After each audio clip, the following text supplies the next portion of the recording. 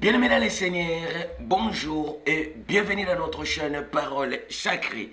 Oui, bien-aimés, je suis Gédéon Moussiana, Wabisben.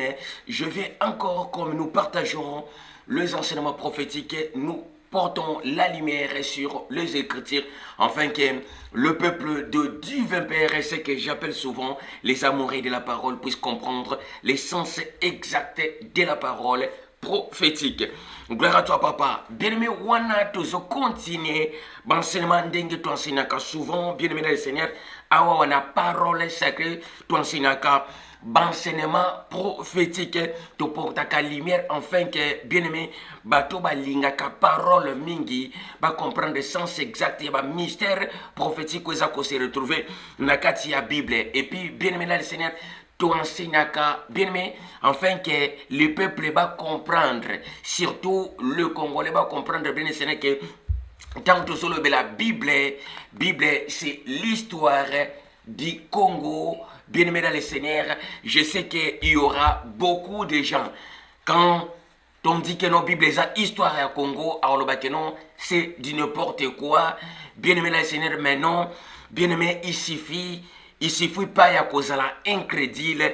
Il suffit bien Seigneur que non, il faut que la ouverte que Luca, que vérifier pourquoi bateau bazolo ba que non, histoire ya Bible ezali ba plagiat vrai histoire ezali bien aimé le vrai peuple, le vrai responsable ya histoire ya Bible bien Seigneur ezali ba congolais.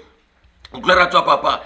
Bien-aimé le Seigneur, wana lelo toye lisusu bien le Seigneur, toye ndenge to enseignaka souvent, bien-aimé enseignement prophétique, bien-aimé lelo thème na biso tongi to enseigner, bien-aimé tongi to porter lumière sur un sujet, bien-aimé, sujet oyoyo, il y a beaucoup de gens qui se disent souvent que non, Israël, c'est l'horloge du monde. Ou en d'autres sens, bien-aimé, Israël, les alliés, horloge prophétique, bien-aimé, on est gardé par mystère, il y a tant. Gloire à toi, papa. Mais bien-aimé dans le Seigneur, notre thème aujourd'hui est qu'on semble un peu étrange. Gloire à toi, papa. Bien-aimé, thème n'abissoi les lois et que non. Le Congo, c'est l'horloge du monde. Congo, horloge du monde. Bien-aimé, n'abissoi que non, comme place aux alliés, mais tout ça là, n'dengue tout ça là, souvent, comme Bandimia Béré, bien-aimé dans le Seigneur, Nazozela Poussana déjà, bien-aimé, partager enseignement, oyo na Facebook na yo, topé na WhatsApp et que zala, bien-aimé dans le Seigneur, et que zala sali par na yo pe, il y a évangile, partageant na Facebook na yo, enseignement ya bien boyé, to na WhatsApp, to na groupe quelconque, afin que bande comme sous va bénéficier na mate ya topé na malakisi ya kitoko boye. Gloire à toi, papa. Bien-aimé, to poussani na zozela, to poussana. Gloire au Seigneur. To poussana ka déjà bien le Seigneur pour thème na biso to zolo belelo et c'est un peu thème moko très chaud, l'horloge, le Congo, horloge du monde. Congo yangonde horloge du monde. Bien-aimé na obima libanda tina ozala toujours na Bible ndenge to ensegnaka avec le preuve à l'appui, avec preuve nakati ya parole. Gloire à toi, papa. Bien aimé, c'est au poussani aux biki na yo, aux kaye na yo, au tiwan enfin que on noté après enseignement au vérifié. Gloire au Seigneur. Oui, bien aimé, tant toza koloba, bien aimé, que le Congo c'est horloge du monde. Bien aimé, je sais que non. Bien aimé le Seigneur, et ça enseignement moko, bien aimé que vous avez jamais entendu, jamais parlé que un serviteur ou un enseignant a enseigné que non, le Congo c'est horloge du monde. C'est la première fois, si je ne me trompe pas, c'est la première fois. Gloire à toi, papa. Bien-aimé dans le Seigneur, wana tozi ba Bible na biso, tant tozolo le Congo, c'est horloge du monde. Bien-aimé dans le Seigneur, c'est pour cela, lelo na 4 enseignements ya lelo, na ngina prouvé, bien-aimé dans le Seigneur, que non, histoire ya Congo, ezati na 4 livre Apocalypse. Gloire à toi, papa. C'est par là que tu comprendre, bien-aimé, Bible oye zolo bela Israël, il y a 12 tribus d'Israël, to Bible oyo to bonde la kabiso nyonso et le belaka les 12 royaumes du Congo. Gloire à toi, papa. Bien-aimé, ce n'est sans plus tarder, to ziba Bible na mission na livre ya Apocalypse chapitre 4 mobimba. Les autres autant à moi mingi bien aimé Seigneur, mais na kozala na kende vraiment malembe, pour vous comprendre, pour enseigner un peu ma cassie. Gloire à toi, papa. Apocalypse chapitre 4. Gloire au Seigneur. Apocalypse chapitre 4, verset 1. Tokeiti, non. Verset 1 à 11. Gloire au Seigneur.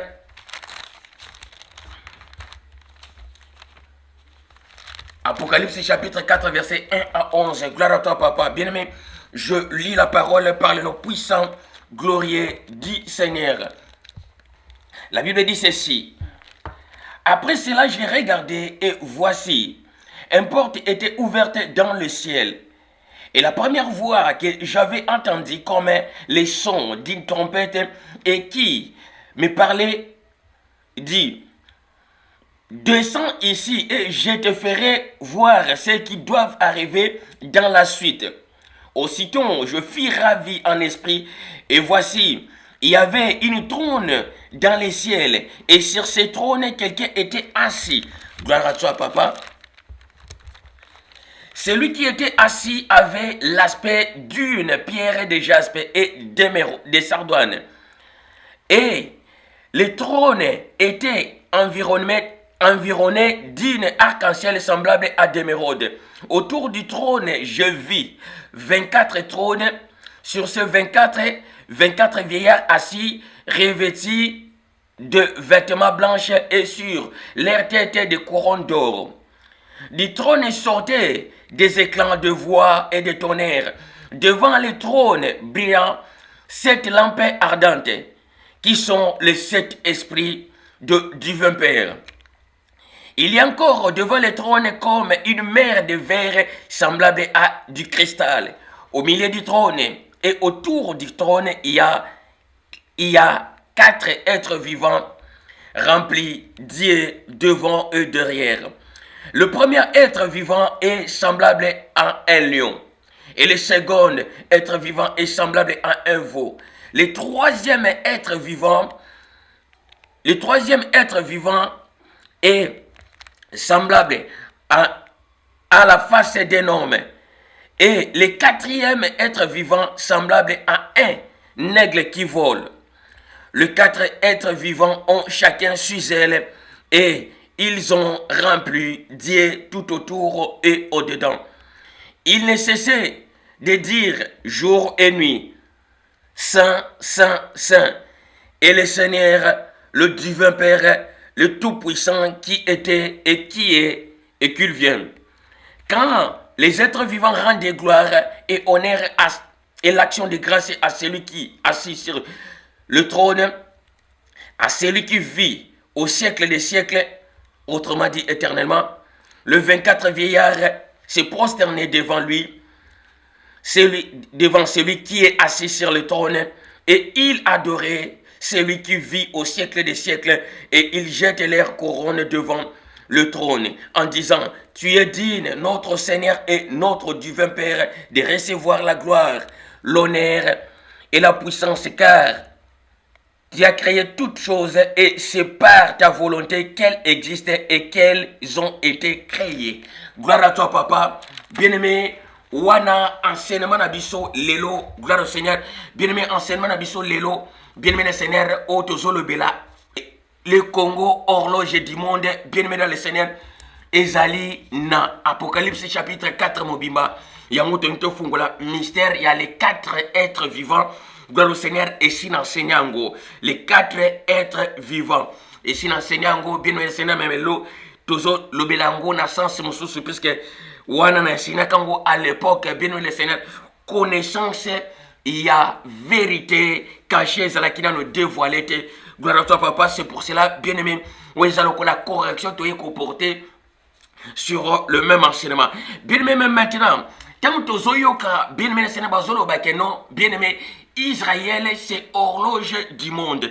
Gloire à toi, papa. C'est pour cela, bien aimé, Seigneur, l'autre est enseignant, na forme originaux, na forme ou la vérité. Gloire à toi, papa. Bien aimé, mais maintenant, tant que Zoyoka, les 4 êtres vivants, awawa, na 4 livres et Apocalypse. Gloire au Seigneur. Les 4 êtres vivants. Dans 4 livres Apocalypse, bien-aimé Seigneur, il y a plusieurs enseignants. Bien-aimé, enseignants Kayango, Nandenge, Mususu. Bien-aimé, pourquoi? Tant que les 4 êtres, plusieurs enseignements, plusieurs personnes, les 4 êtres vivants, ils image les 4 évangiles. Pourquoi?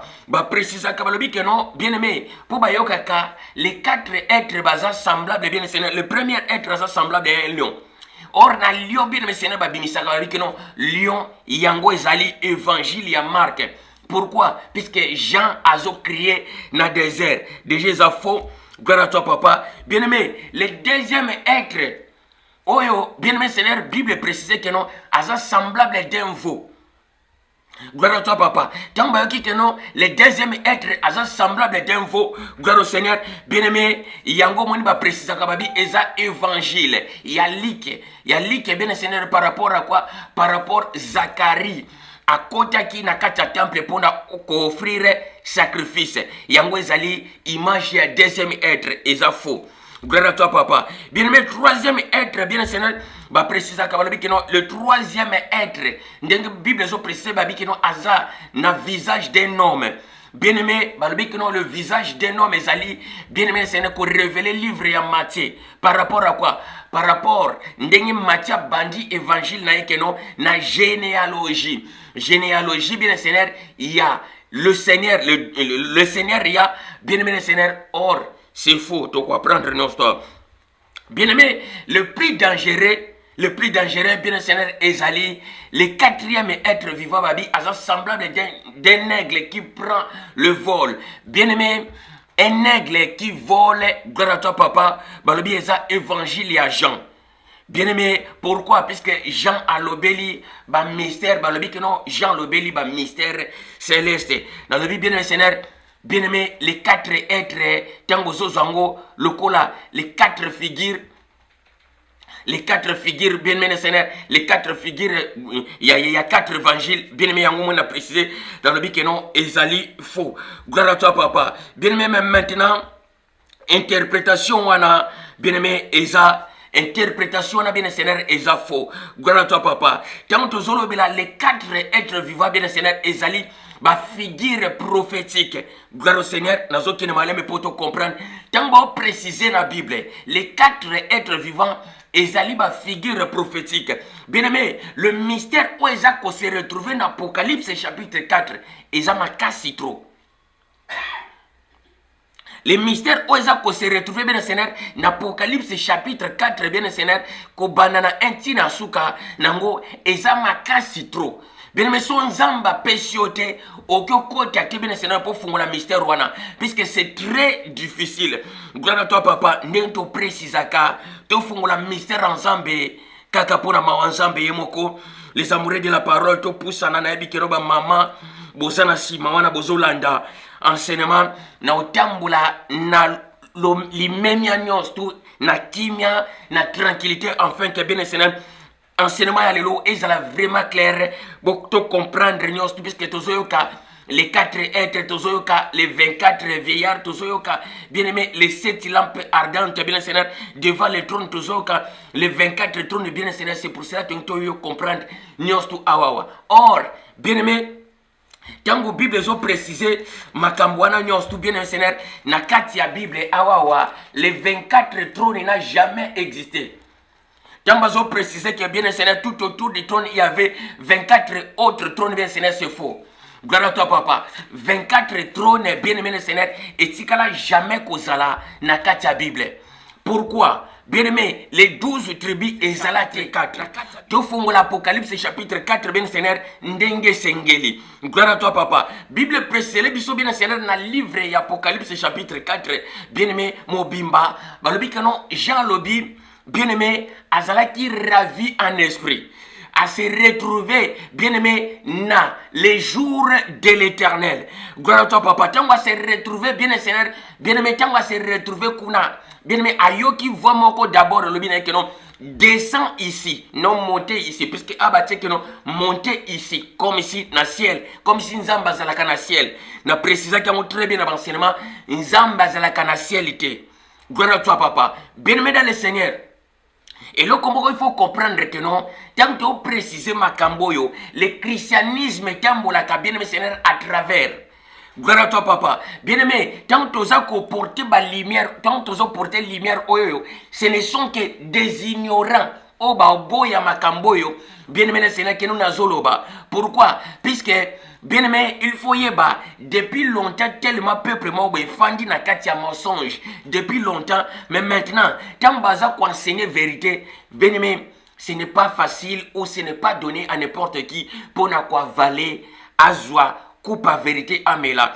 Gloire au Seigneur. Mais bien-aimé, yango moni tozo préciser ba makamboyo. Bien-aimé le Seigneur, et ça pour na bien, il y a vie éternelle là yo. Gloire au Seigneur. Bien-aimé, l'anda très bien comprendre mensonge nini, ezalia on a ba code nini. Ezalia on a okende vraiment doucement pour te comprendre. Bien-aimé, Jean a précisé boy. Alors que non, azala qui ravi na esprit. Ayoki me maintenant voit mon kolobi na que non descend ici puisqu'il a précisé qu'il nzamba zalaka na au sein de la terre. Nzamba zalaka au siete. Bien-aimé, n'est-ce pas cité Nzamba zalaka au sein de la terre. Na kati ya mabele pour paix sa vie. Na terre mobimba. Gloire au Seigneur. Mais maintenant, bien le Seigneur, tango akiti kuna à se retrouver dans le royaume otobengaka royaume de lumière. Bien-aimé Seigneur, royaume de sang. Gloire à toi, papa. Mais maintenant, tango à se retrouver wana, à mon porte boko. Gloire au Seigneur. Bien-aimé, tango porte wane fungwami, bien-aimé le Seigneur, que Jean a koti, a pénétré na kati à mon trône. Bien-aimé, à mon trône moko. Mais tango a mon trône wana bien Seigneur, qu'est-ce qui se passe? A mon mutu moko afandi. Bible précise que non, celui qui est assis sur les trônes, les grands trônes blancs. Gloire à toi, papa. Celui qui est assis sur les grands trônes blancs, bien aimé, azala qui n'aspect ya jaspe. Gloire au Seigneur. Mais on a précisé, oui. Dans le but que non, c'est faux. Celui qui est assis sur le trône, azana aspect. Bien aimé, le Seigneur, il y a lumière. Gloire au Seigneur. Bien aimé, mais maintenant, devant le trône en Zambé, bien aimé, Bible précise, que non, Jean précise, moni maï moko, bien aimé, maï wane zalokola, bien aimé, et ça transparent comme cristal. Gloire à toi, papa, tout ça qu'on avancer. Bien aimé, tout autour il y a trône. A préciser que non, à moni, symbole, il y a arc-en-ciel. Tout autour il y a trône. Mais bien aimé, Seigneur, après les grands trônes blancs, bien aimé, à moni encore que non, il y avait 24 autres trônes. Tout autour, il y a grand trône blanc. Bien aimé, Wanandenge. Bible comme dans le livre Apocalypse chapitre 4. Gloire à toi, papa. Bien aimé, même maintenant. Bien aimé, sur 24 trônes, le 24 vieillard, bafandi na trône wana. Gloire à toi, papa. Mais devant le trône, il y avait les 7 lampes ardentes. Bien Seigneur, oisa kopela. Balobi les 7 lampes wana ezali les 7 esprits. Tokotanga, comprendre nos toana na 4 enseignements ya lelo. Gloire à toi, papa. Bien-aimé, mais maintenant, Bible précise, les quatre êtres, bien Seigneur, babandaki ko lâcheté, bien-aimé, bazalaki toujours koloba, que tu es sacré, tu es sacré, tu es sacré. Alors, le 24 vieillard, bien Seigneur, babandi ko adorer, bien-aimé le Seigneur, babandi ko adorer Nzambe. Mais bien-aimé le Seigneur, maintenant, l'enseignement ya lelo. Waneza ndenge bakomi na Bible. Mais maintenant, tu as tout précisé avec précision, avec bien le Seigneur, preuve à l'appui, il n'a qu'à toujours la Bible. Pourtant, ton enseignaka, bien aimé, tout temps, tu portes la lumière, tu l'ingaka, bien aimé, pour comprendre mystère exact. Gloire au Seigneur. Bien aimé, pour tout banda. Quand les 4 êtres, bien aimé dans le Seigneur, il faut que non, dans les 4 êtres, on a bien le Seigneur, qu'est-ce qui se passe? Pour tout qu'il y ait normalement les bottes ensemble et comprendre bien le Seigneur, Jean s'est retrouvé. Jean s'est ravi, bien aimé Seigneur, à se retrouver dans le trône ensemble. Kuna, bien aimé, na sein du terre. Mais maintenant, quand on va se retrouver, wana, mystère, oyo, voit Jean yo qui voit mon kolobinaye. Descends ici. Je te ferai voir ce qui doit arriver dans la suite des temps. Gloire à toi, papa. Dans la suite, bien-aimé, il faut y avoir que non ndenge na précisaka. Bien-aimé, le Seigneur, na Bible, oyoyo, bien-aimé, Seigneur, na livre et Apocalypse. Bien-aimé, le Seigneur, il faut y avoir que non Apocalypse, ça divisé na trois temps différents. Bien-aimé, dans Apocalypse chapitre 1, gloire à toi, papa, ils ont précisé les bisous. Bien-aimé, que non, Tozali n'a passé. Le mystère et Apocalypse, c'est ça, le passé, le présent et le futur. Gloire au Seigneur. Mais maintenant, awawa Jean Yoki, dans Apocalypse chapitre 4, que descend ici, je te ferai voir ce qui doivent arriver dans la suite. Suite ya nini? Suite ya temps. Gloire au Seigneur. Bien aimé, suite ya temps, et ça par rapport à quoi? Et ça par rapport, il y a Daniel chapitre 9, verset 24. Écoutez, dans la Bible, bien aimé, tous la Bible, pour tout kende, dans l'ombango, Daniel chapitre 9, verset 24. Gloire à toi, papa.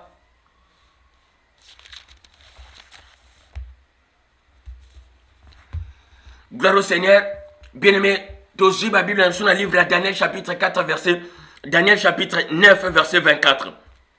Écoutez, 70 semaines ont été fixées sur ton peuple et sur ta ville sainte pour cesser les transgressions et mettre fin au péché, pour expier l'iniquité et amener la justice éternelle, pour sceller la vision et le prophète et pour oindre les sacrés des sacrés. Gloire à toi, papa. Bien-aimé, Daniel, Apocalypse chapitre 4. Bien-aimé, Seigneur, Jean Yoki Kenon descend ici. Je te ferai voir ce qui doivent arriver dans la suite. Suite Yanine, bien-aimé, Seigneur, et sa parole prophétique. Suite Yatan. Gloire au Seigneur. Bien-aimé, suite à temps, awawa, je te ferai voir ce qui doivent arriver dans la suite. Suite à temps, bien-aimé le Seigneur, événement oyoyo, bien-aimé, les 4 êtres vivants, où ils ont se retrouver dans le livre d'Apocalypse chapitre 4, ils ont les 4 figures, il y a 4 évangélités. Toyo canadien. Les 4 êtres vivants. Oyoyo ezali awawa na livre Apocalypse chapitre 4. Bien aimé, je sais que non oyoka yango na ndenge mususu mais awawa toza ko enseigner yango par rapport ya vérité. Bien aimé le Seigneur, na sincérité na ndenge ezalaki. Gloire au Seigneur. Na préciser bien aimé le Seigneur position exacte ya mystère oyoyo. Gloire à toi papa. Bien aimé, même maintenant Jean moni événement oya ya couronnement. Bien aimé, c'est dans la Bible, dans le livre, il y a Ésaïe, chapitre 61, verset 3. Gloire au Seigneur. Bien aimé, Daniel, chapitre 9, verset 24, Ésaïe, chapitre 61, verset 3. Bien aimé, Ezolo Belatan, il y a couronnement. Gloire au Seigneur. Bien aimé, les 4 êtres vivants, on a Ésaïe, bien aimé, les gens qui vont vivre dans l'éternité. Les 4 étapes, les 4 positions, bien aimé, il y a être vivant non tout. Gloire au Seigneur, papa, tout ça quoi avancer.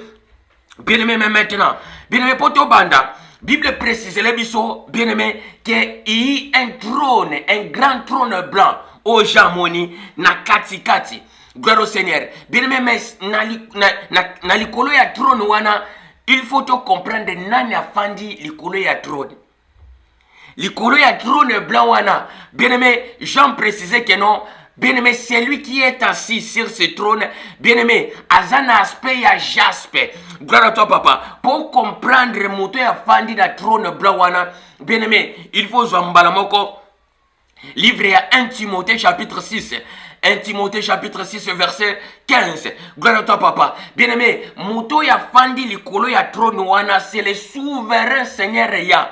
Gloire au Seigneur. Oyoyo, Azali, le roi des rois. Et puis le Seigneur des seigneurs. Alors, bien aimé, 1 Timothée chapitre 6 verset 15. Bien aimé, yango eza collé na mystère ya Apocalypse chapitre 4. Je sais que non, c'est le mes amakasi. Na ke malembe. 1 Timothée, Jean Lobina moni trône moko. le grand trône blanc wana mutu moko afandi. Mutu afandi bien senen azana aspect ya jaspe. Gloire à toi papa. Yango na libi keno ngana préciser na bi azana aspect lumineux. Gloire à toi papa. Ndengo monaka bien aimé éclairage ya soleil. Et ça aspect ya jaspe te. Gloire à toi papa. Bien aimé même maintenant. Tant to lobela poto comprendre nanu ya fandi na likolo ya trône. Bien aimé moto ya fandi na likolo ya trône yewana oto bengaka les souverains seigneurs. Les souverains seigneurs, bien aimé les seigneurs, les souverains seigneurs ya bien aimé yewana nde babengaka les rois des rois, les rois des 12 rois, les seigneurs des seigneurs, les seigneurs des 70 seigneurs. Oyo bazalaki bien aimé le Seigneur o nzamba tindaki Moïse bien aimé nasa toujours bien le Seigneur na katabile toza ko avancer. Gloire à toi papa. Les 70 bien aimé le Seigneur, les 70 vieillards, autrement dit les 70 prophètes o nzambe asengaki o nzamba pondaki en fait ba partager charge bien le Seigneur. Lourd ya tâche oye bana ko peser likolo ya Moïse. Moïse a côté ko porter charge wanate alléluia par ensemble afin que bien aimé yemoka okokate. C'est pour cela que mona kenon bien aimé loi ya Moïse bien aimé le Seigneur ezalaki accompagné na 70 autres prophètes. Gloire à toi papa. Les 70 autres prophètes bangonde bako mystère de 70 wana yango accompagnaki ministère mobimba, ministère ya loi mobimba. Gloire au Seigneur. Na ozonga wana awa il faut na préciser pour na yebi enseignement eza vraiment pas si ba mystère eza makasi trop. Bien aimé même maintenant. Yango moni tangu Seigneur aye bien aimé atie lokolo moko na loi ya Moïse azalaki dans l'obligation ya kobanda kozwa d'abord les 70 disciples. Avant ya kozwa les 12 disciples, abandaki nano d'abord na 70 disciples. Gloire à toi papa, autrement dit 70 disciples. Avant longwa na 70 pour ya kotika la uniquement na 12 disciples. Gloire à toi papa. Tout ça quoi avancer. Bien aimé le Seigneur même maintenant. Bible précise les biso bien aimé le Seigneur que non. Bien aimé autour du trône il y avait les 24 autres trônes. Bien aimé, sur ce 24, il y avait 24 autres. Bien aimé, tout ça c'est faux. Nous avons 24 trônes. Bien aimé, les 4 êtres vivants, ils avaient 6 ailes à chacun. Bien aimé, ils avaient un code. Il y a falsification de la Bible. Il y a bien aimé, tu dévoiler la vérité, non, tu peux comprendre. Mystère nini ezalaki wana. Bien aimé, position exacte où ils ont se retrouvé wana. Bien aimé, Bible précise les biso. Bien aimé, le Seigneur. Nathan wana Apocalypse chapitre 4. Tozali, gloire à toi papa. Bien aimé, toza ko avancer. Gloire au Seigneur. Gloire à toi papa. Bien aimé, Seigneur, toza ko avancer. Toza toujours bien Seigneur. Nathan na biso ndenge toza ko enseigner le Congo. Ezali horloge du monde. Gloire à toi papa. Le Congo, c'est l'horloge du monde. Autrement dit, l'horloge prophétique du monde, c'est du Congo. Congo otoyebi bien mais Congo na zolo bela awawa. Ezaya Congo RDKT. Ezaya Congo RDKT mais Congo na zo précisé awawa. Ezali ya Congo ancienne bien Seigneur où il y a les 12 royaumes Kobanda na royaume de Bamileke kuna na royaume de Bamileke à partir de Cameroun au Kiti na bien Seigneur ti na royaume de Djanga au Kena Mupanzi bien aimé Seigneur ti na royaume de Luba bien aimé au Yeli sous na Mupanzi koto na kota Gabon ti na royaume de Teke bien aimé Seigneur tout ça ils en ont les 12 royaumes et ils ont kiwana gloire au Seigneur bien aimé mais maintenant quand tu as précisé, bien aimé le Seigneur, on a précisé awawa. Bien aimé, les 4 êtres vivants, bien aimé le Seigneur, qu'on a précisé dans la Bible que non, le premier être azali semblable d'un lion qui rugit. Gloire à toi papa. Eza faux, eza qui léopard, eza eza naissance et à pouvoir. Gloire à toi papa. Le deuxième être, balobi aza semblable d'un veau, eza faux. Le deuxième être ezali semblable, bien aimé le Seigneur, d'un bélier. Gloire au Seigneur. où ezali na signification, bien Seigneur, il y a action de grâce. Gloire à toi, papa. Bien-aimé, le troisième être vivant, bien-aimé, le troisième être, que non, semblable d'un homme. Gloire à toi, papa. Or, le troisième être, bien c'est dans la position normale, le troisième être, bien-aimé, semblable d'un coq. Gloire au Seigneur, d'un coq, bien-aimé, modifié aigle, bâti coq. Longoli coq, bâti aigle. Or, tant que la aigle, bien-aimé le Seigneur, les lona monaka plusieurs chrétiens, azolo bakenonga na zana esprit à aigle, gloire à toi papa, na fungla un peu parenthèse, awawa, pour bien-aimé bandeko ba comprendre. Bien-aimé, tant que belaka, na Bible awawa, il faut faire très attention. Bien-aimé, il y a trop d'ignorance, bien-aimé, c'est dans la Bible. Tant que préciser aigle, aigle, bien aimé, c'est dans la Bible, et un animal maléfique. Et ça, dans le sens de notre esprit en Zambé, Yangouana, ndenge préciser que le Saint-Esprit c'est l'aigle. Oui, bien sûr que non, Saint-Esprit c'est l'aigle. Mais bien aimé, tant que le esprit sacré, bien aimé, Bible, le Seigneur a prouvé aigle, mais le Seigneur a prouvé coq. Donc, apprendre en gros, gloire à toi, papa. Bien aimé, quand bazo préciser le quatrième être vivant azalaki na image ya aigle oyo azo volé, gloire à toi papa, bien Seigneur, c'est faux. Bien aimé, wana bake ko simba mystère mususu na bonzambe tozana aigle te. Aigle zali bien Seigneur ya satana. Tant bazo la aigle za satana bien Seigneur. C'est pour cela que bien Seigneur, même les musiciens modernes, balobaka aigle. Pourquoi? Puisque mystère ya aigle et dans la Bible te. Mystère ya aigle, bien Seigneur, ezali, bien aimé, mystère ya ba Illuminati. Pourquoi? Puisque aigle tenga volaka, aigle atalaka na demi soute. Aigle atalaka na lisu moko. Or, na code, bien Seigneur, na code ya ba Illuminati, bien Seigneur, yango muna kaba precisaka. Bien aimé, lisu na kati ya triangle. Bien aimé, lisu na kati ya triangle, yango eza symbole ya aigle. Bien aimé, Seigneur, pourquoi? Puisque aigle tango azo volé, azana makokili susute bien Seigneur, ke atala na demi sunaye, afixaka elongina mupanzi azo tala na lisu moko. Ataka mutu mupanzi azo tala lisu moko. To azo tala lisu moko, to azo tala atala ka toujours lisu moko. C'est pour cela yango moni, bien aimé, ba Illuminati ba précisa kababi l'œil qui voit tout. Un œil qui voit tout. Yango elingi kolakisa aigle. Tango ba préciser awa bien aimé Seigneur na kati ya Bible l'œil qui vole. Et ça déjà na anglo bino boyebi yango na préciser bien aimé yo mutolo bakoza aigle yo moko sala ba calcul awa gloire à toi papa. Na continuer. Bien aimé, les quatre êtres vivants, bien aimé le Seigneur n'a précisé, ezali ba figure prophétique. Ou ezako révéler position des êtres vivants au bako vivre na éternité.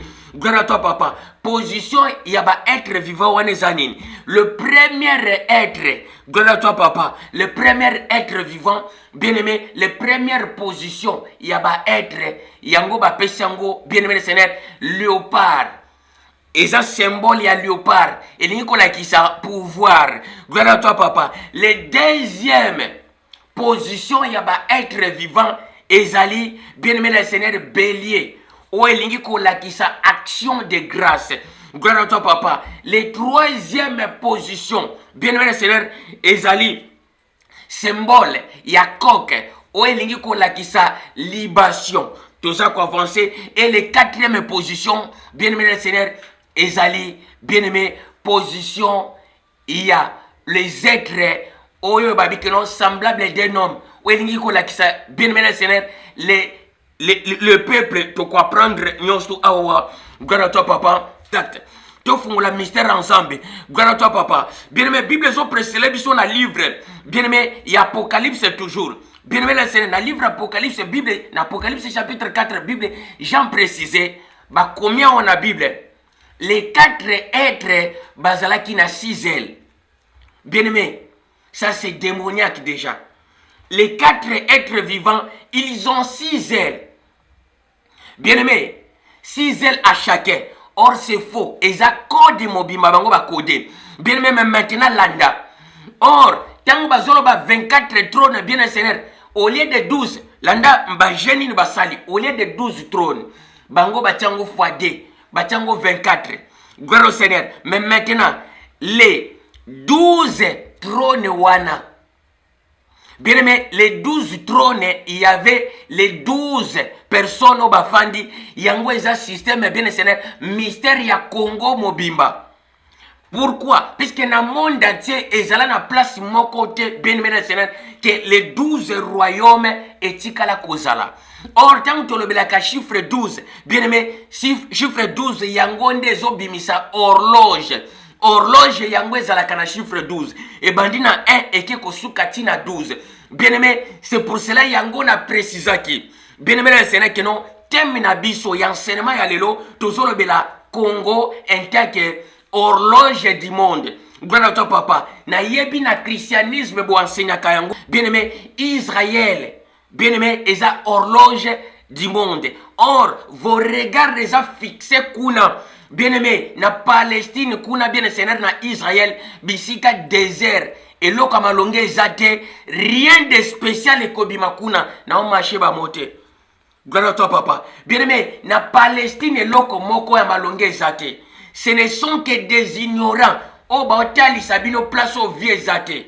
Gloire à toi, papa. Or, tant que préciser, bah, mystère ya Bible, bien aimé dans le Seigneur, le mystère ya Bible n'a précisé déjà, tant que les 12 tribus, et un mensonge, oyo mindele batia. Gloire au Seigneur. Mais maintenant, na place, il y a les 12 royaumes. Bango balongola les 12 royaumes bâtis, les 12 tribus. Pour bazwa histoire ya Bible ba attribuer ango et pas il y a peuple autobenga les orthodoxes. Bien aimé, ba uta na tribu ya Kazen, l'Europe de l'Est. Gloire à toi papa. Bien aimé, mais maintenant, tout font le mystère ensemble. Bien aimé, c'est pour cela qu'on a prouvé l'élo. Mystère Apocalypse chapitre 4. Ils ont bien aimé Seigneur.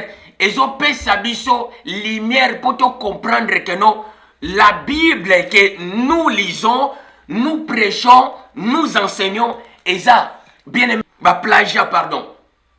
Et ça, histoire falsifiée, et ça, histoire ya Congo. Gloire à toi, papa. Bien aimé. Quand on a précisé Kabiloko, on a précisé avec précision et puis avec certitude. Gloire au Seigneur. Et puis, Naboya Kate, n'a manqué jamais à Koloba. Dans le bi, bien aimé le Seigneur, tine la pasteur nayo, tine la prophète nayo, tine la apôtre nayo, en fait, kayo comme Makambo na Zoloba. Ce qui a contre Yango, a vraiment bien le Seigneur, sincère que non, Nzambe, à l'obelakaye, aya, bien aimé, plateau ezali to fanda, to sola, en tant que Bana Nzambe mibale. Gloire à toi, papa. Bien aimé, maintenant, tant que préciser awawa. Bien aimé, liboso ya mer, liboso ya trône ya Nzambe ezala ina mer de cristal. Mer ya cristal wana bien Seigneur engi ko lobanini. Elingi ko la sa transparence oyo Nzamba za komona. Bien aimé, création mobimba. Ndenge Bible zo préciser biso bien Seigneur. Ndenge Bible zo préciser, bien aimé, les 12 et les 70. Bien aimé le Seigneur, Tangu Bazako se prosterner, Bazo préciser que non, tu as créé toutes choses. Alors, si toutes choses existent, elles ont existé pour la volonté de Dieu. Gloire à toi, papa. Apocalypse chapitre 4, zo préciser, bien le Seigneur que non, Bible Zoloba, tu es digne, notre Seigneur et notre divin, de recevoir la gloire, l'honneur, la puissance, car tu as créé toutes choses. Et c'est par ta volonté qu'elles existaient et qu'elles ont été créées. Bien aimé, elles ont fait ça directement référence. Il y a Colossiens chapitre 1 verset 16. Gloire au Seigneur. Mais maintenant, bien le Seigneur, qui est malade. Quand on précise Awawa, qu'est-ce qui se passe? Bien aimé, première position, le premier être vivant. Le premier être vivant, bien le Seigneur, Ezali, figure, il y a première position. Il y a être vivant, bien aimé le Seigneur, après jugement. Donc, awawa, bien aimé, après couronnement, après jugement, c'est la couronnement yango zomo na mystère. Il y a Apocalypse chapitre 4. Quand il y a couronnement, bien aimé Seigneur, et puis si maintenant position ya motu na motu, bien aimé, place les 4 groupes wana. Les 4 groupes wana, bien Seigneur, et ça, le cola bien aimé na image ndengo zomona keno na image ya Nombre chapitre 2 ndenge nzamba préciser là qui bien aimé na sena keno Moïse façon nini peuple eko camper ndenge nini bien aimé sena ndenge nini peuple eko zala installé. Mais maintenant, Nombre chapitre 2, yango zomona bien sena keno eza justement ombre des choses à venir où eza ko se retrouver na Apocalypse chapitre 4. Enseignement ça vraiment ma casse bien Seigneur. Soko bandela 2 ou 3 fois pour comprendre. Gloire à toi papa. Bien aimé même maintenant. Quand tu as la première position, il y a 7 lampes. Où il y a se retrouver liboso ya trône na ye. Gloire à toi papa. Bien aimé, Bible bengango les 7 lampes. Les 7 chandeliers, les 7 lampes ardentes, ils ont coupé là, liboso na ye. Or, ils ont les 7 chandeliers te. Ndengo mona ka bien sena bataka chandelier mystère chandelier eza faux. Eza les 7 flambeaux. Les 7 flambeaux o ekelemi mout. Donc chaque nzete non ndengo mona ka lampe wana batia bien aimé les 7 lampes na nzete moko non. Eza les 7 flambeaux. Chaque nzete na nzete eza kopela na ndenge na yango. Or les 7 flambeaux bien aimé le Seigneur eza mystère prophétique. Quand tu as les 7 flambeaux, ils ont les bosso, il y a trône blanc. Gloire à toi, papa. Il y a une image, il y a premier être vivant. Bien-aimé, premier être vivant, bien le Seigneur, bien-aimé le Seigneur, symbole. Il y a léopard. Signification, ils ont pouvoir. Les 7 lampes et les 7 flambeaux, bien-aimé, ils ont les 7 esprits. Il y a divin Père, où ils ont prêt pour nous servir ensemble. Gloire à toi, papa. Ezali na livre, ezali na ba Bible ote lui second, ezali na livre ya Tobi. Tobi chapitre 12 verset 15. Okobeta na Google Tobi chapitre 12 verset 15. Bien-aimé Omona, bien-aimé Raphaël a précisé que non, je suis Raphaël, l'un des 7 anges qui se tient devant les divins pères, devant les souverains seigneurs prêts pour la servir. Raphaël a précisé dans le livre de Tobi, chapitre 12, verset 15, que naza Raphaël, moko yaba 7 esprits, moko yaba 7 flambeaux ou ezali devant les seigneurs prêts pour nous servir. Or, les 7 lampes, bien seigneur, ezali, bien aimé, image, il y a les 7. Les 7 messagers, les 7 anges, bien sûr, on va travailler ensemble, na ba prophète, gloire à toi papa. Dans la Bible, ils ont précisé encore, dans le livre Apocalypse, chapitre 1, verset 20. Apocalypse, chapitre 1, verset 20, bien Seigneur, bien aimé, le souverain Seigneur y a précisé que non, les 7 étoiles que tu as vues dans ma main droite, ce sont les 7 anges, bien aimé, au bazawana pour le service à cette église. Gloire à toi papa, on est allé la première position, le premier être, où est allé na symbole, il y a léopard, mais awa komango, le premier être azali semblable d'un lion. Le premier être azali semblable d'un léopard ba modifié. Pourquoi? Puisque quand tu le belaka lion, il n'y a qu'un seul lion, bien aimé, Oeza, le souverain Seigneur, le divin Père Yemoko. Tout ça pour avancer. Gloire à toi, papa. Bien aimé, maintenant, tu es dans la deuxième partie. Dans la deuxième position, bien aimé, Seigneur, Tozali. Dans 24 trônes, mais Tozali. Dans les 12 trônes. Gloire à toi, papa. Les 12 trônes, bien aimé, Seigneur, ils ont mystère et bandat depuis les origines. Les 12 trônes, bien aimé, Seigneur, na jeunesse, bien aimé, Seigneur, Tozalaki, na plantation de l'éternel, et Zalaki, dans les 12 sources d'eau. Gloire à toi, papa. 12 sources d'eau et puis 70 palmiers. Où est ça la plantation de l'éternel? 12 sources, na 70 palmiers. Gloire au Seigneur. Mais maintenant, bien aimé, gloire au Seigneur, bien aimé le Seigneur, on a précisé Ezali, première, bien aimé, première position. Na première position, Tozali, na 7 esprits. Les 7 esprits, bien aimé Seigneur, yango moni ba codé yango prophétiquement comme les 7 lampes ardentes aux ali bosso ensemble. Les 7 lampes ardentes, bien aimé le Seigneur, pour comprendre ango, bengango, na forme mususu, na figure mususu, bien Seigneur, livre Apocalypse, so bengango, les 7 étoiles. Les 7 étoiles qu'on s'est retrouvées dans le livre Apocalypse chapitre 1 verset 20. Gloire au Seigneur. Or, Apocalypse chapitre 1 verset 20, gloire au Seigneur, il y a une référence. Il y a Tobie chapitre 15, Tobie chapitre 12 verset 15. Bien aimé, bah on base dans la version Tobie, na version Tob, bah on a aucun livre à Tobie, bien aimé Seigneur, Tobie chapitre 12 verset 15. C'est par là que Raphaël a précisé mystère oyo eza ko se retrouver dans Apocalypse chapitre 1 verset 20. Les 7 étoiles qui se tiennent dans ma main droite. Bien aimé, or dans Apocalypse chapitre 1 va préciser que non, les 7 étoiles na lobo konya mobali. Gloire à toi papa. Mais dans Apocalypse chapitre 4, le bel dans le sens mususu. Et le dit que non, les 7 chandeliers qui sont devant les grands trônes blancs. Il y a du vent, Père. Gloire à toi, papa. Bien-aimé, et ça nuance tout pareil. Gloire au Seigneur. Dans la Bible précise, la rabisso, bien-aimé Seigneur. Bible précise, la livre. Il y a Jean chapitre 8, verset 43. Que vous connaîtrez la vérité, et la vérité vous affranchira. Gloire au Seigneur. Bien-aimé, or, Osée chapitre 4, verset 6, ils ont précisé que non, mon peuple périt faute de connaissances. Gloire à ta papa. Bien-aimé, connaissance c'est très important na vie na biso bato. Gloire au Seigneur. Bien-aimé, puisque ce connaissance c'est ba okiko kwa adorer yo. Bien-aimé, kombo moko boye oyebi ni mutu ni makolo. Bien-aimé, ndenge ozomona les ignorants ba doraka. Bien-aimé le Seigneur, va préciser que non, Bible est histoire ya ba Israélite. Bien-aimé, à cause ya manque ya connaissance. Tout ça qu'on avance. Bien-aimé, deuxième position. Ah ouais, Bible est précédée sur le livre et Apocalypse, bien-aimé Seigneur, Apocalypse chapitre 4. Gloire à toi papa, que bien-aimé, il y avait le 24 trônes. Gloire au Seigneur.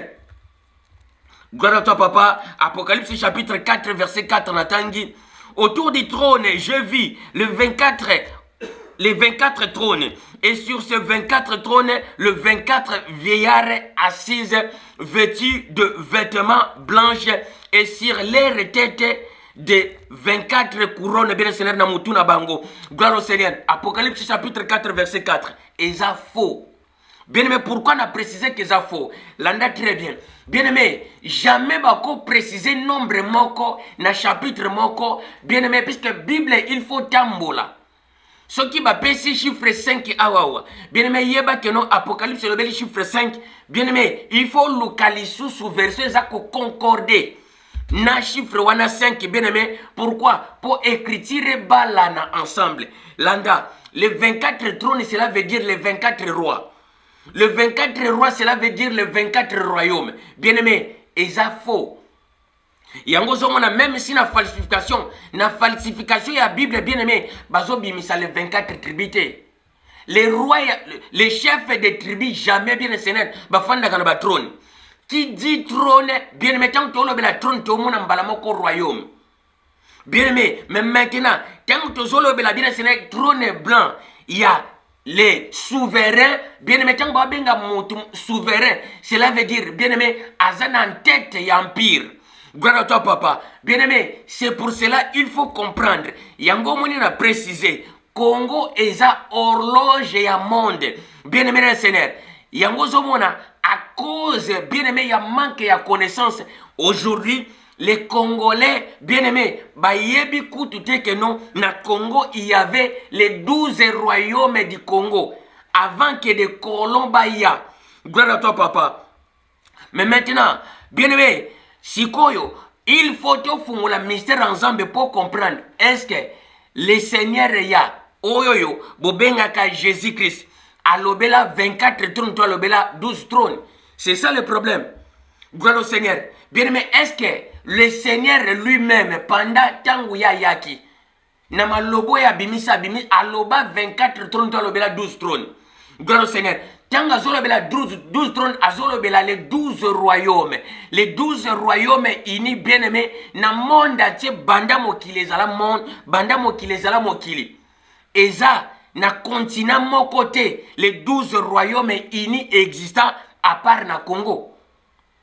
Or, le Congo n'a pas précisé, Ezali, le Congo RDK, Tétopé, Congo, France, mais le Congo n'a pas précisé, le Congo y a débit.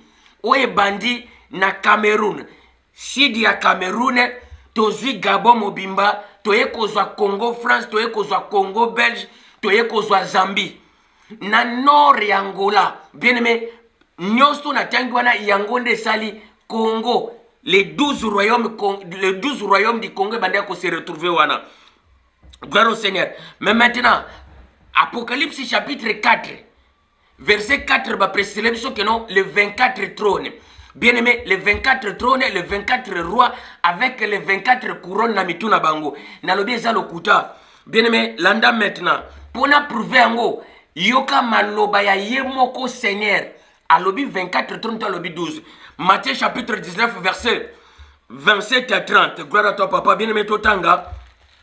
Matthieu chapitre 19, verset 27 à 30.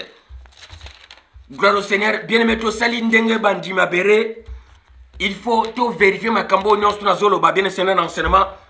Gloire à toi, papa. Bien-aimé Matthieu chapitre 19, verset 27 à 30. Écoutez. Bien-aimé, Bible précisée, boué. Pierre prenant la parole. Pierre prenant alors la parole, lui dit, voici nous avons tout quitté et nous t'ont suivi. Que sera-t-il pour nous? Alors les souverains Seigneur Yah leur répondit, je vous l'ai dit en vérité, quand le Fils de l'homme au renouvellement de toutes choses, gloire à toi papa, au renouvellement de toutes choses, vous serez assis sur les 12 trônes et vous jugerez les 12 tribus d'Israël. Gloire à toi, papa. Bien aimé, tant que vous avez na trône, azana image ya roi. Moutou ya fandi na trône, bien aimé, azana image ya roi. Bien aimé, les chefs des tribus bafanda kanaba trône ité. Gloire au Seigneur. C'est pour cela que bien aimé, Apocalypse chapitre 4, verset 4, bien Seigneur, le 24 trône n'a jamais existé. Gloire au Seigneur. Puisque promesse ya trône wana yango ya salaki na les 12 disciples. Vous qui m'avez suivi, moi, les grands souverains, les souverains seigneurs, bino baobo landingai, les souverains seigneurs, les grands rois, bino pe bokofanda na 12 trônes. Na 12 trônes, il y a les 12 royaumes du Congo, afin que bon juger, bien aimé le Seigneur, le peuple, il y a les 12 royaumes wana. Gloire à toi, papa. Nathan, il y a renouvellement de toutes choses. Renouvellement, il y a toutes choses, bien Seigneur. Yango to benga ka temps ya repos. Temps ya repos, autrement dit, bien Seigneur, babenga mon Bible, n'Apocalypse chapitre 20, babenga ngo temps ya millénium. Or, le millénium, bien Seigneur, eza code ya mondele, bien aimé, na kati ya Bible, millénium n'existe pas. Ezala ki centenaire, bango babakisango zéro moko komi. Millénium, gloire à toi papa. Pour bien aimé, bakolo parole, bakolo histoire, ba comprendre histoire oyote. Bien aimé Seigneur, toza avancé. Mais maintenant, bien aimé, toza na 12 trônes. Or, Bible zo précélé biso bien Seigneur. Tout autour il y a trône, il y avait les 24 vieillards. Non. Bien aimé, tout autour il y a 12 trônes. Comme na troisième position, toza na 70 vieillards. Les 70 ouana par rapport à quoi? Bien aimé, par rapport à la Bible précédente sur le livre, il y a Nombre chapitre 11 verset 17. Nombre chapitre 11 verset 17. Bien aimé, Moïse va payer charge à peuple. Tant que Moïse a dit charge à peuple, oh bien Seigneur, il y a les 12 groupes. Oh Moïse a dit côté bango, les 12 princes avec les 12. Bien-aimé, groupe au Moïse a un côté en charge la loi et dépenser Moïse. Alors, comme Moïse a porté tâche à loi, bien-aimé, c'est pour cela à préciser là qu'Nzamba yo kele mawa, afin que à partager tâche wana, à partager lourd, bien-aimé le Seigneur, lourd wana ya tâche à loi avec 70 autres. Bien-aimé, c'est pour cela que la Bible est précédée sur le livre à Nombre, chapitre 11, verset 17, que l'Éternel a précisé les Moïse. Alors, kende parmi les anciens, kende parmi les vieillards, bien-aimé, il y a un groupe. Zoua 70 vieillards, gloire à toi papa, autrement dit 70 anciens. Kuna babenyango les anciens d'Apocalypse babenyango les vieillards. Gloire à toi papa. Bien mais pourquoi? Puisque ça langage prophétique échange à ba figure. Gloire à toi papa, tout ça quoi avancer. Bien aimé, derrière na troisième position, tout ça mona. Bien aimé, ndenge na précisa qui troisième position tout ça na coq. Qui dit coq bien c'est la libation. Or, tant que vous avez la libation, bien sûr, il y a un sacrifice, mystère, un sacrifice. Tout le monde a sacrifice, mettez sur la biso, loi, il y a Moïse. Tant que vous avez la loi, il y a Moïse, bien sûr, il y a un préciser que non, et ça, une image, il y a 70 autres veillards, 70 anciens. Bien aimé, on va partager qui tâche na Moïse. Gloire à toi, papa, nous avons précisé qu'il y a départ. Le Seigneur t'a envoyé, bien aimé, comme aïe. Na aye bien aimé sene ko kota na loi aye ko introduire bien sene introduction na ezane eza koti na pendant temps ya loi ya Moïse bien aimé pour accomplir parole il faut tambola lisusu bien aimé na trace ya Moïse ko tambola na trace ya Moïse gloire à toi papa il faut azwaper 70 wana na d'abord bien aimé Seigneur kotambola na trace ya Moïse il faut 70 yango moni que non Bible zo précédé le Seigneur aussi avait 70 disciples. Gloire à toi papa avant aya kotikala na bango 12. Les mystères wana mi balé ezali mystère. Bien aimé, il y a deuxième position, la troisième position. Gloire au Seigneur. Or, bien aimé, les troisième position est avant, les deuxième position est après. Gloire à toi papa. Bien aimé, même maintenant, les 70 wana bazana troisième position na image bien le ya coq non na image ya un aigle qui prend son vol na image ya aigle tout azo ko voler na préciser bien mettant dans la Bible awawa les chrétiens lelo balobaka ba chrétiens par ignorance balobaka que non je suis un aigle bien aimé aigle ya bonzambete gloire au Seigneur bien aimé na bonzambete ozana coq. Le Seigneur yemoko approuva que non, bien aimé, à l'obéla que non aza aigle, à préciser que non aza coq. Pourtant, moi, je bana Pierre. Alobi Pierre a tete malobi mutu moko ta ko trahir yo, mutu moko ta ko teka yo. Alobi Pierre, avant que moi, les coqs, non, avant que moi, aigle, n'a volé, avant que moi, les coqs, n'a chanté. C'est pour cela que avant que les coqs chantent, bango ba komisango un aigle qui prend son vol. Gloire à toi papa, bien aimé Toza ko avancer. Bien aimé eza aigle te meza coq. Ndenge na préciser. Bien aimé alors, les quatrième position, au balobi que non être vivant asa semblable d'un homme. Bien aimé, quand on parle d'un homme eza semblable des hommes. Gloire au Seigneur. Les quatrième êtres où il y a une figure, il y a un homme, bien Seigneur. Ils ont révélé son mystère. Bien aimé, il y a arc-en-ciel tout autour, il y a trône ensemble. Arc-en-ciel tout autour, il y a trône ensemble. Bien aimé Seigneur, l'arc-en-ciel, il y a un peu bien aimé, ils ont révélé son mystère. Il y a peuple. Puisque arc-en-ciel, bien aimé, et après mystère, il y a délige. Gloire à toi, papa. Après mystère, il y a délige de arc-en-ciel et koya. Or, arc-en-ciel, o e bimiwana, arc-en-ciel, il y a 7 couleurs. Na 7 couleurs, il y a un bien aimé, Bible a précisé, bateau baza sauvé. Après délige, il y avait que 8 personnes. Moi, si moko, na 7 hommes. Les 7 hommes, bien aimé, c'est par là, il y avait les 7.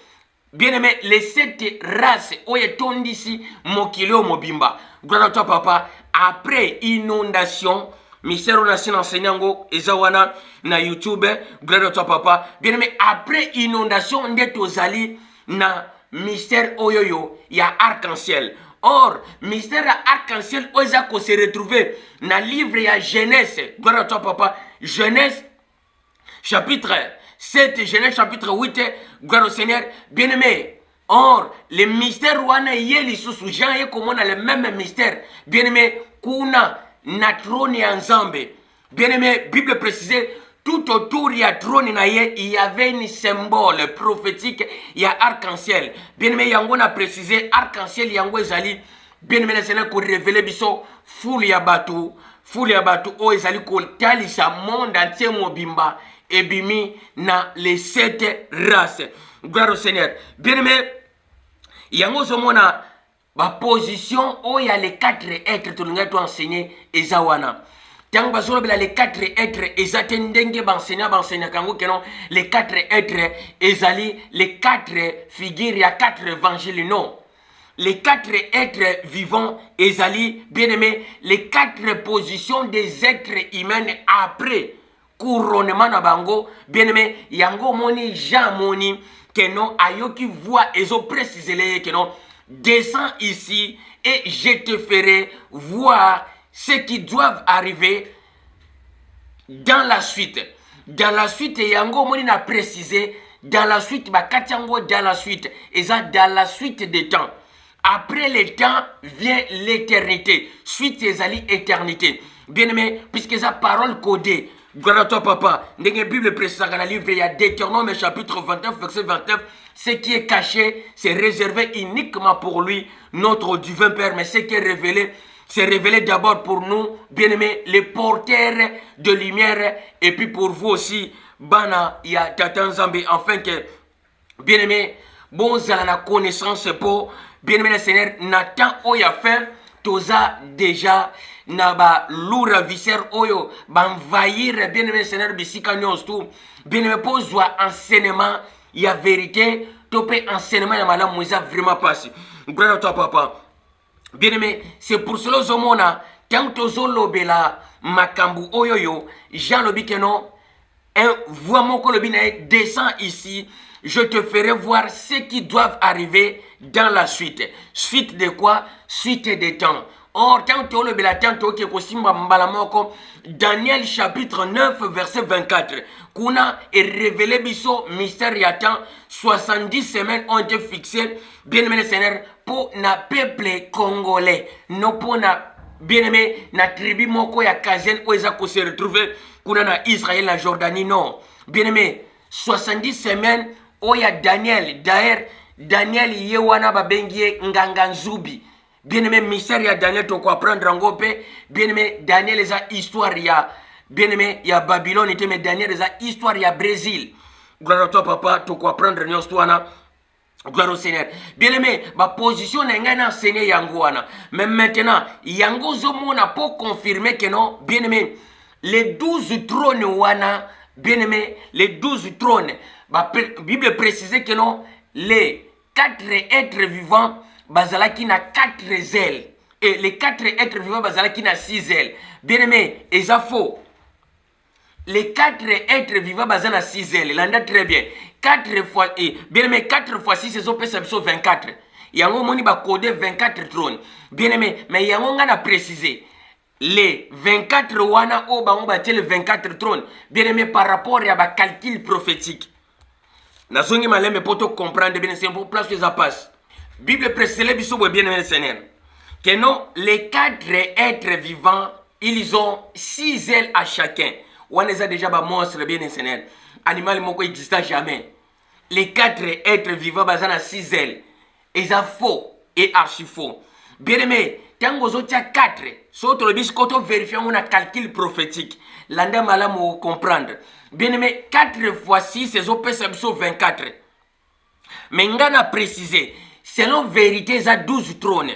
Or, les 12 trônes, wana bien sénateur, nzamba zolo banazo précisé, alors, et ça mystère ya aigle, mais ça mystère ya coq. Bien aimé Seigneur, or tant que zolo la mystère ya coq, bien aimé, pour comprendre, sens exact, tout autour ya trône il y avait les 12 trônes. Les 12 trônes, il y avait les 12 personnes assis dessus. Gloire à toi, papa. Bien aimé, tant qu'on précisé mystère oyoyo, bien aimé dans le Seigneur, et un mystère ya coq na poule. Bien aimé, on comprendre. Yemo quoi zo précisé boy. Dans un livre Matthieu chapitre 23 verset 37. A précisé Jérusalem, Jérusalem. Na linga kina rassemblé bino. Ndenge poule a rassemblé kaba poussé na ye.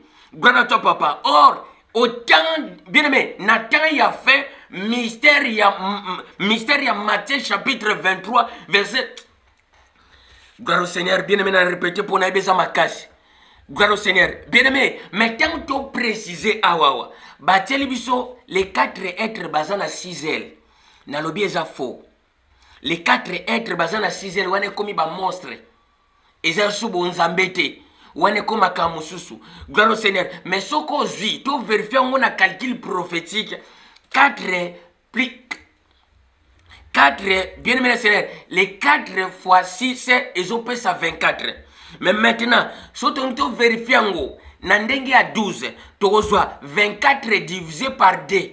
Donc, ils ont dit ça que non, bien aimé, 24 divisé par 12, ils ont payé ça basala qui n'a 2 ailes. Bien aimé, les 12 personnes ou ana bafandi na 12 trônes, bien aimé, chacun des azana 2 ailes. Or, les 2 ailes ou ana bien Seigneur, o eza que non, le souverain Seigneur na katikati eza mystère ya Matthieu chapitre 23 verset 37. Par rapport à quoi? Bien aimé, les 2 ailes aux hommes que non chacun des azanango, bien aimé, bazana figure ya ba poussin. Les poussins, bien aimé le Seigneur, oh moni, masala wana eza ba zelte, eza noto bengaka na français ba bengango je sais pas si je me trompe pas ba bengango s'exage, bien aimé, masalo et botaka, ba poussin. Ils avaient 2 s'exages à chacun. Donc, masala ya bana, ya soso, mi balé, na mutumoko. Bien aimé, mais maintenant, pour te confirmer que non, bien aimé, awa bazolo bela 6 LT, bazolo bela, bien aimé, les 12 trônes avec, bien aimé, les colonnes yango, bazala ki na ba 2 ailes wana, ndenge na précisé na français normal eza s'exage bien aimé eza masala ya bana ya soso o babota misika. Gloire à toi papa. Bien aimé eza na Matthieu chapitre 23 verset 37. Matthieu 23 37, c'est par là que le Seigneur a précisé pour confirmer toujours mystère et Apocalypse chapitre 4. Bien aimé, Apocalypse chapitre 4 ezali lokola que non maman ya soso poule, bien aimé, alors avec les 12 poussins tout autour naïe. Yango zobo na bien aimé Seigneur. Or, awawa ezali, bien aimé, mystère ya horloge. Or, quand tu lobela ka Bible te précisa ka, benseigneur balobaka que non, horloge du monde, bien aimé, ezali Israël. Ngana boya ngona lobi horloge du monde ezali Congo. Gloire au Seigneur. Congo par rapport à quoi? Par rapport à mystère et Apocalypse chapitre 4, on a précisé awa. Nayebi enseignement ça vraiment makasi, mais bien aimé sur 8 ans. Encore répéter en 2 ou 3 fois pour comprendre. Bien aimé, aux zones notées, verset non, on a précisé wana pour comprendre bien aimé Seigneur que non, azolo ba makambo est vrai. Gloire au Seigneur, c'est le Seigneur qui a prouvé que bien aimé, les 12 trônes avec les 12 poussins, bien aimé, assis dessus. Ils ont prouvé dans Matthieu chapitre 23 verset 37, ils ont précisé que non, Israël, c'est Congo. Nalinga kina rassemble bino bozala bomoko. Ndenge mama ya soso asangisaka bana na ye. Nyostu na se ya mapapu na ye. Gloire à toi papa. Bien aimé, les 12 royaumes nalinga kina rassemble bino bozala bomoko. Ndenge, bien aimé, soso asangisaka bana na ye nyostu ensemble na se ya mapapu na ye. Gloire à toi papa. Or, bien aimé, les choses raquées, accomplissement nango, ezo kene ko salama nasuka. À la suite, yango somona après les temps, mystère, il y a Matthieu chapitre 23 verset 37 et koko kisama. Gloire au Seigneur. Bien aimé, yango moni lumière tolinga qui te porter sur Apocalypse chapitre 4, les 4 êtres vivants. Ndenge na précisé wana na yebi que non enseignement ça vraiment makasi place au comprendre te n'hésitez pas il y a ko contacter ngai numéro angwana za ebimina se. Gloire à toi papa. Et puis si tu es serviteur olingi te partager te place au comprendre te enseignement oyo. N'hésitez pas aussi à poser des questions. Bien aimé moto ya yebi nyon toazate bien aimé Seigneur to yebi en partie. Gloire à toi papa. Ceux qui t'ont partagé, ceux qui n'apportent l'eau, un plus, ils ont mabé, ils ont péché, dans le ministère. Gloire au Seigneur. Bien aimé, on a tout commis na fin et enseignement n'a fait enseignement, bien aimé le Seigneur, enseignement biso thème nango ezalaki que non, Congo, horloge du monde, et ça Israël était, n'a répété plusieurs fois. Le Congo, c'est l'horloge du monde, avec les 12 royaumes du Congo, bien aimé, n'a précisé, avec les 12 trônes. Bien aimé, alors, poto Simba, bien aimé, poto bimisa mystère wana, il y a horloge du monde, toye ko Simba. Bien aimé le Seigneur, Apocalypse chapitre 4, yango to simbi mystère, il y a les 4 êtres vivants, bien aimé, les 4 êtres vivants, on a précisé, ezali les 4 évangiles tendengo yokaka, ezali les 4 positions, bien aimé, après couronnement, bien aimé, les 4 positions oekoya à la suite des temps. À la suite des temps, yango to bengi temps wana ezali na éternité, bien aimé, c'est par là mystère d'Apocalypse 4 et Koko Kisama. Gloire à toi, papa. Bien aimé, Wan Ezalaki Abino, le humble serviteur de souverain Père Otobenga Katatan Zambi. Gloire à toi, papa. Bien aimé, Bopambo Mabisika Bozwami. N'hésitez pas à partager. Bien aimé, Sokozana na bonete. Au s'abonner. Bien aimé, Wana to komina sou cancellement na biso. Narobi na bino. À bientôt et puis et ciao.